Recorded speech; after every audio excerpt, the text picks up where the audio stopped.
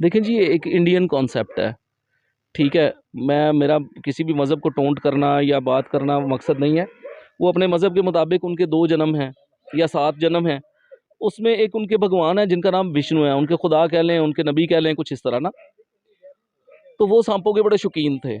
अब उनमें ये होता था कि जी वो कहते थे साँप जो है वो रूप बदल के इंसान की सूरत में चला जाता है, जबकि हमारी डिक्शनरी कह लें, अगर इस्लामिक तौर पे उसको आप रिसर्च करते हैं। भी होते हैं या अक्सर औक़ात आप देखते हैं कि शहरों में, गाँवों में फिरते रहते हैं। उनका कहना है कि अगर साँप लड़ जाए तो हमारे साथ राब्ता करें। उनके पास एक छोटा-सा एक नग टाइप होता है, उसे क्या कहते हैं? उसमें क्या सदाकत है? हाँ जी, ये क्वेश्चन आपका बड़ा काबिल गौर है और बड़ा ख़ास सवाल है जिसका आंसर मैं देना चाहूँगा। लोगों को चाहिए कि वो किसी भी चीज़ में लालच या बेवकूफ़ी की तरफ मत जाएँ। मनका कहा जाता है उसको, और मनके की कोई हकीकत नहीं है। ठीक है जी? साँप के अंदर से निकला है, ये है, वो है। अगर इस तरह की चीज़ें होती तो ये जोगी साँप ख़रीद के ना लेके जाते, जोगी खुद साँप पकड़ते और उनको खुद रखते और अपने इलाज खुद करवाते। होता ये है कि इनको ज़हर निकाले हुए शिकारी लोग बेचते हैं और ये उनसे अपनी रोज़ी-रोटी करते हैं। एक इन्होंने रखी होती है साथ में गिद्दड़ सिंगी, जो कि जानवरों के बालों से ये खुद बुन रहे होते हैं, हाथों से बनाते हैं। ये कोई जानदार नहीं है और इसके बारे में इतनी बातें मशहूर हैं कि जी उसने बच्चे दे दिए और वो बड़ी हो गई।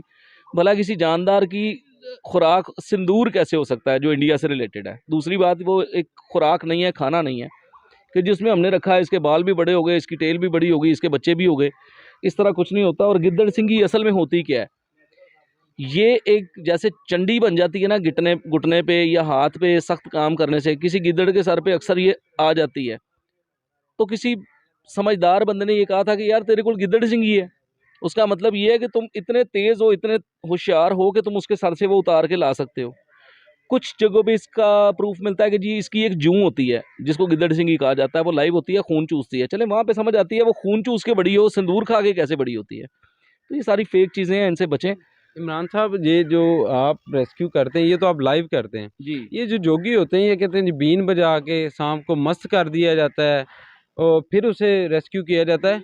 वो क्या चीज़ है? चलें हम इस तरह करते हैं कि किसी दिन आप किसी जोगी के साथ प्लान करें, उसके सामने हम लाइव आपके सामने जैसे वैनम्स के भरे हुए सांप थे जिनके फैंग दिखाए गए आपको, इसी तरह हम कोई ना कोई सांप रख लेंगे और उनको कहेंगे कि जी आप अपनी बीन से ज़रा इसको मस्त करें, और पहले फैंग दिखा देंगे कि किसी गलतफहमी में ना रहें, इसके दांत हैं।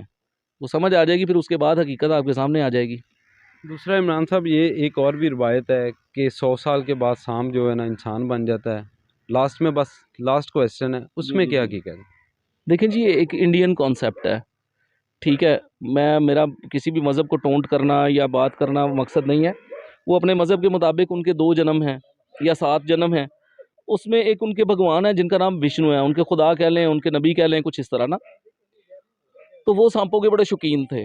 अब उनमें ये होता था कि जी वो कहते थे साँप जो है वो रूप बदल के इंसान की सूरत में चला जाता है, जबकि हमारी डिक्शनरी कह लें, अगर इस्लामिक तौर पे उसको आप रिसर्च करते हैं तो आपको वहाँ से शवाहिद मिलेंगे कि जिन्नात की एक कौम ऐसी होती है जो कोई भी सूरत, कोई भी शक्ल, कोई भी जिस्म चेंज कर सकती है वक्ती तौर पे, जिसको लोगों ने एक मुख्तलिफ नाम दिए हुए हैं। मैं मुनासिब नहीं समझता उनके नाम लेना। तो ये है कि वो हो सकता है कि हमारे जो देहाती बुजुर्ग हैं उन्होंने देखा हो कि फसल में एक बंदा जा रहा है और वो जिन ही हो जो बंदा बन के जा रहा होता है, और उसके बाद जब उसको जगह नहीं मिलती तो वो वहाँ से सांप बन के अपने सिमत को चला जाता है। तो जिन्नात में एक कौम ऐसी बताई जाती है कि जो अपना रूप बदल सकती है। बाय द वे सांपों में ऐसा कुछ नहीं है। जी नाज़रीन, आपने इमरान साहब की बात सुनी, जो माशाल्लाह बहुत सीनियर हैं इस मामले में।